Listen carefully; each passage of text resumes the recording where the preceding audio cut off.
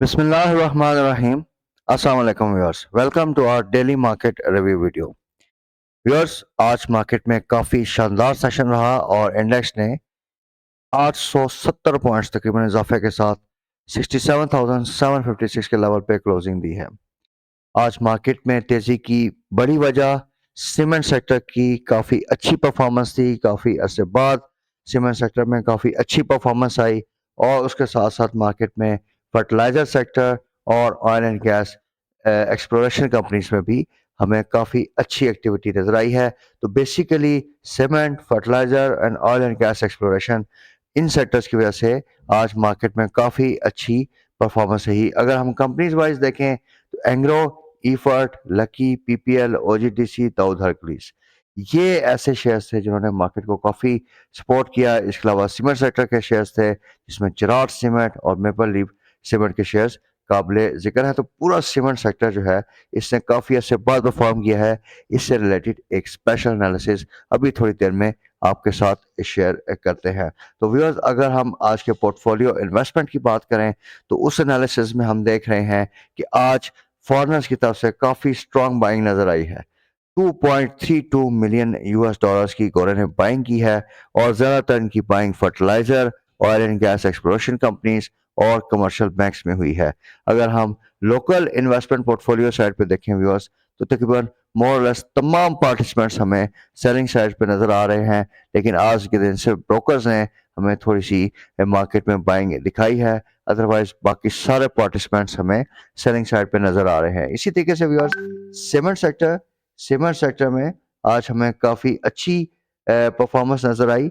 अगर हम इसका थोड़ा सा ब्रेकअप देखें तो उसमें हमें काफ़ी क्लियरली नज़र आ रहा है कि इसकी स्लाइड में आप देख सकते हैं कि इस सेक्टर में तकरीबन तमाम जो इंस्टीट्यूशंस हैं व्यूअर्स उन्होंने आज सेलिंग की है। ये आप इस स्लाइड में देख सकते हैं कि सारे इंस्टीट्यूशंस ने सीमेंट सेक्टर में सेलिंग की है और इंडिविजुअल्स और ब्रोकर्स इन्होंने सीमेंट सेक्टर में बाइंग की है। तो व्यूअर्स जब भी इंडिविजुअल्स और ब्रोकर्स किसी भी सेक्टर में एक्टिव होते हैं तो उस सेक्टर में वॉलेटिलिटी काफ़ी ज़्यादा बढ़ सकती है।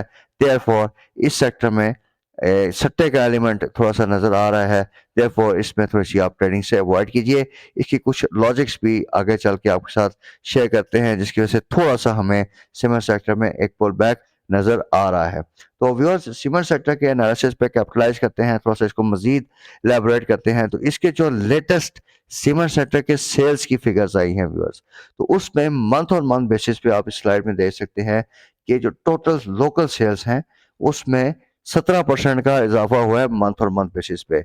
इसकी बेसिक वजह यह थी कि फरवरी के महीने में सीमेंट की जो सेल्स थी वो बहुत ज़्यादा गिर गई थी। तो अब ये थोड़ा सा अपने नॉर्मल लेवल पे आई हैं जिसकी वजह से हमें मंथ और मंथ बेसिस पे एक इंक्रीज नज़र आ रही है। अगर आप 9 महीने का लोकल सेल्स का एनालिसिस देखें तो उसमें सेल्स जो है वो 4% से गिरी हैं। इसी तरीके से अगर हम एक्सपोर्ट की बात करें तो एक्सपोर्ट में मंथ ऑन मंथ बेसिस पे 53% का हमें इंक्रीज नज़र आ रहा है और ये भी बेसिकली जो बड़ा इंक्रीज आया है ये साउथ प्लेयर्स यानी ऐसे सीमेंट फैक्ट्रीज जो कि पोर्ट्स के नज़दीक लोकेटेड हैं यानी सूबे सिंध में या उसके आसपास वहाँ से काफ़ी बड़ी एक्सपोर्ट्स हुई हैं और उस वजह से हमें एक्सपोर्ट में 60% का इंक्रीज है और ईयर बेसिस पे 9 मंथ्स पे भी हमें एक्सपोर्ट्स में 68% का इजाफा नज़र आ रहा है। तो एक्सपोर्ट साइड पे जिस तरह के लकी सीमेंट है, बाकी एक दो कंपनीज हैं इनकी जो एक्सपोर्ट्स हैं, even DG Khan Cement to some extent इसमें शामिल होता है। तो ये आप देखिए कि काफ़ी अच्छा इसमें रिजल्ट आया है।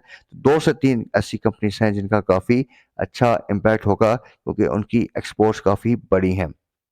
इसके अलावा व्यूअर्स अगर हम देखें तो सीमेंट सेक्टर जो है ये बेसिकली एक साइक्लिकल सेक्टर है। जब इकोनॉमिक एक्टिविटी तेज होगी तो ये सीमेंट चलेगा, इसकी सेल्स बढ़ेंगी। अभी तक व्यूअर्स इसकी पोजीशन या इसकी प्रॉफिटेबिलिटी सिर्फ इस वजह से मेंटेन हुई है कि एक तो कोल की प्राइसेस थोड़ी सी नीचे आई हैं और दूसरा जो सीमेंट प्लेयर्स ने काफ़ी ज़्यादा अपनी सीमेंट प्रोडक्ट्स की प्राइसेस बढ़ा दी थी, उन्होंने उसमें उसके प्रोपोर्शनेट कमी नहीं की, जिसकी वजह से इनके मार्जिन्स बेहतर हैं और इनकी थोड़ी-सी प्रॉफिटेबिलिटी आ रही है। अदरवाइज़ इनकी सेल में फॉर द टाइम बीइंग कोई बड़ी इम्प्रूवमेंट नहीं है और नहीं हो सकती जब तक कि लोकल सेल्स इनकी तब तक नहीं बढ़ेंगी, जब तक कि हमारी इकोनॉमिक एक्टिविटी थोड़ा रिवाइवल की तरफ नहीं जाएगी। तो व्यूअर्स, थोड़ा-सा सेक्टर में एहतियात के साथ काम हमें करना है और अगर आपने आज पोज़ीशंस ली हैं, तो do remember to use stop losses, इसमें अपने स्टॉप लॉस के साथ लाज़मी ट्रेड करनी है। इसके अलावा व्यूअर्स, कॉल प्राइस की अगर हिस्टोरिक ट्रेंड देखें, तो हमें इसमें एक मुसलसल जो कॉल की प्राइसेस हैं, उनमें इंटरनेशनल लेवल पे भी हमें डिक्रीज़ नज़र आ रही है, उसमें कमी होती हुई नज़र आ रही है। ये प्राइसेस एक लेवल पे काफ़ी हाई लेवल्स पे चली गई थी, लेकिन अब हम देख रहे हैं कि ये दोबारा से अपने जो इसके ट्रेडिशनल लेवल से उनकी तरफ ये प्राइसेस आई हैं और इसका ऑब्वियसली एक पॉजिटिव इम्पैक्ट आएगा ऑन दी सीमेंट सेक्टर, ख़ास तौर पे उन कंपनीज के लिए जो कि सी पोर्ट से नज़दीक हैं और वो रिचर्ड बे वगैरह कोल को इंपोर्ट करती हैं, जो बहरी जहाज़ वगैरह से इनकी इंपोर्ट्स होती हैं, तो उन कंपनीज को इनको फ़ायदा है। थोड़ा सा नॉर्थ सेक्टर जैसा कि कोहाट सीमेंट है और बाकी कंपनीज हैं, वो अभी थोड़ा सा डिसएडवांटेज भी है, क्योंकि अफगान साइड से जो हमारी इंपोर्ट्स हो रही थी वो काफ़ी हद तक नेगेटिवली इफेक्ट हुई हैं, उनकी प्राइसेस बढ़ी हैं, देयरफॉर उनके मार्जिन थोड़े से नेगेटिव साइड पे आए हैं, लेकिन साउथ के जो प्लेयर्स हैं उनके मार्जिन्स बेहतर हैं। तो अगर हम सीमेंट सेक्टर का एनालिसिस कंक्लूड करें व्यूअर्स, तो इसमें दोबारा आपको रिपीट कर देता हूँ कि सीमेंट सेक्टर की सेल्स, लोकल सेल्स में खातिर ख्वाह कोई इजाफा नहीं है। सीमेंट सेक्टर की प्रॉफिटेबिलिटी इस वजह से आई कि सीमेंट सेक्टर्स के मार्जिन्स बेहतर रिपोर्ट हुए हैं और इसमें कोई प्रॉफिटेबिलिटी या डिविडेंड की एक्सपेक्टेशन नहीं है। जो सीमेंट की 2-3 बड़ी कंपनीज एक्सपोर्ट करती हैं, ऑब्वियसली उसमें हम पोजीशन बना सकते हैं, क्योंकि उनका जो प्रॉफिटेबिलिटी एस्पेक्ट है वो काफ़ी बेहतर नज़र आ सकता है। तो व्यूअर्स, ये तो एक ब्रीफ एनालिसिस आपके साथ शेयर किया रिगार्डिंग द सीमेंट सेक्टर। अब बात करते हैं कुछ न्यूज़ की तरफ। अब सबसे पहले पीआईए का आपके साथ हम डिफरेंट न्यूज़ में आपको बताते रहे किस-किस स्कीम ऑफ अरेंजमेंट आई है, और एक बात जो शुरू दिन से आपको व्यूअर्स बताते आ रहे हैं पीआईए के बारे में कि भाई इसमें सट्टा एलिमेंट है, और दूसरा कि ये जिन वैल्यूज़ यानी ये 30 रुपए के लेवल तक आ गया था कि जितनी वैल्यूज़ पे आ चुके हैं उतने के इसकी फेयर वैल्यू बनती ही नहीं, ना ही इसके पास इतने इसके एसेट्स हैं। इसका हमने आपको कर्ज़े की फ़िगर बताई थी 8,000 प्लस का इसका लोन की फ़िगर थी, और उसके साथ-साथ जो अगर हम इसके जो नेट एसेट्स थे इसके पास जो नई कंपनी में आ रहे थे, तो उसकी वैल्यू में काफ़ी ज़्यादा डिफरेंस था। तो 10 से 15 रुपए की इसकी जो इन्वेस्टर्स की हम न्यूज़ देख रहे हैं कि शायद इस रेंज में इसकी फेयर वैल्यू बने, तो अभी ये काफ़ी उस फेयर वैल्यू से ऊपर शेयर है। तो जैसा कि हमारी रिकमेंडेशन थी कि इसमें आप ट्रेडिंग से अवॉइड कीजिए, तो हम देख रहे हैं कि पिछले 3 दिनों से काफ़ी ज़्यादा इसमें वोलेटिलिटी आई और इसमें हमें डाउन ट्रेंड भी नज़र आया। तो इंशाल्लाह जैसे ही इसमें मज़ीद हमारे पास न्यूज़ आएँगी, तो वो भी आपके साथ अकॉर्डिंगली हम शेयर करेंगे। इसके अलावा व्यूअर्स, सिल्वर सेक्टर में आपको बताया कि अभी हमारी जो इकोनॉमिक परफॉर्मेंस है वो थोड़ी-सी स्लगिश रहेगी अगले साल, डेढ़ साल तक। तो वर्ल्ड बैंक ने भी इसको हाइलाइट किया है कि पाकिस्तान में फ़ॉरेन इन्वेस्टमेंट में हर्डल्स आ रही हैं। पाकिस्तान की जो इकोनॉमिक एक्टिविटी है, जो जीडीपी ग्रोथ रेट है, वो अगले 2 साल तक थोड़ा-सा बहुत लिमिटेड स्केल पे रहेगा, यानी 1 से 1.5% की रेंज में रहेगा। तो जब एक्टिविटी आपकी लो होगी तो आपके साइक्लिकल स्टॉक्स नहीं चलेंगे। इसकी रेलेवेंस दोबारा सीमेंट सेक्टर के लिए बनती है।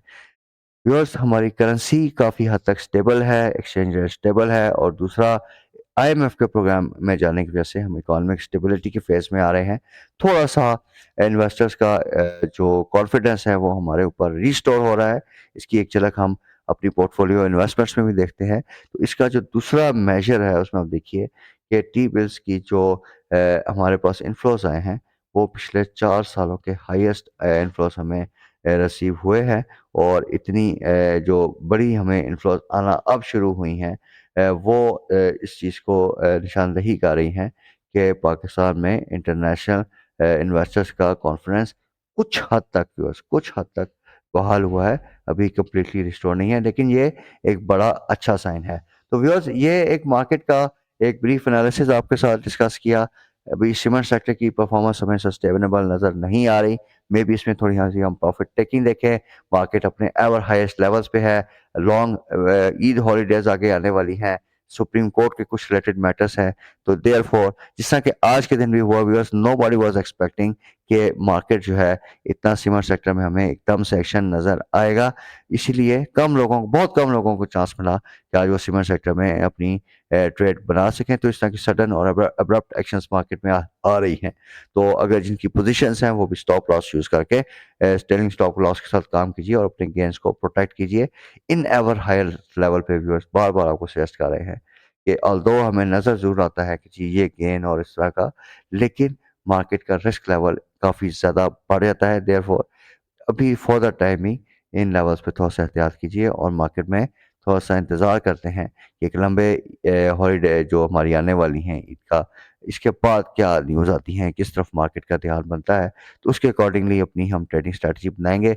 बट फॉर द टाइमिंग अगले 3-4 दिन के लिए अगर आपने कोई ट्रेड करनी भी है तो स्ट्रिक्ट स्टॉप लॉस को लगा के आपने अपनी ट्रेड करनी है, ताकि आप किसी बड़े नुकसान से बच जाएं। Viewers, thank you very much for watching this video and your time. Take care. Allah हाफिज़।